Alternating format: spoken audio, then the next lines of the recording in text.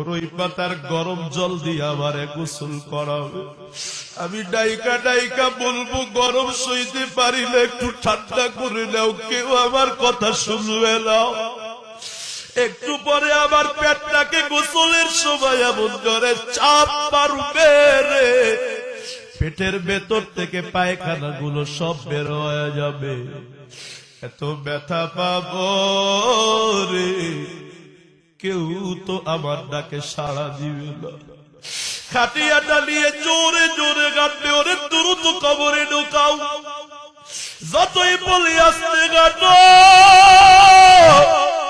আমার কথা কেউ শুনবে না। বিবি আমার থেকে চিরদিনের জন্য আলাদা হয়ে যাবে। আজকে দুনিয়াতে আমার বিবি আমার কত আপন।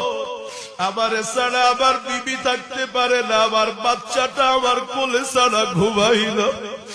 আমি ওই কবরে যাবার পর সবাই জানালা দরওয়াজা বন্ধ করে ঘুমাবে, কেউ আমার কবরের খোঁজটা নিবে না। আরে নবীর উম্মতের দল, ওই কবরে আমার সবাই নিয়ে যাবে রে। জানাজার ময়দানে কিছু মানুষ আলাদা হয়ে যাবে।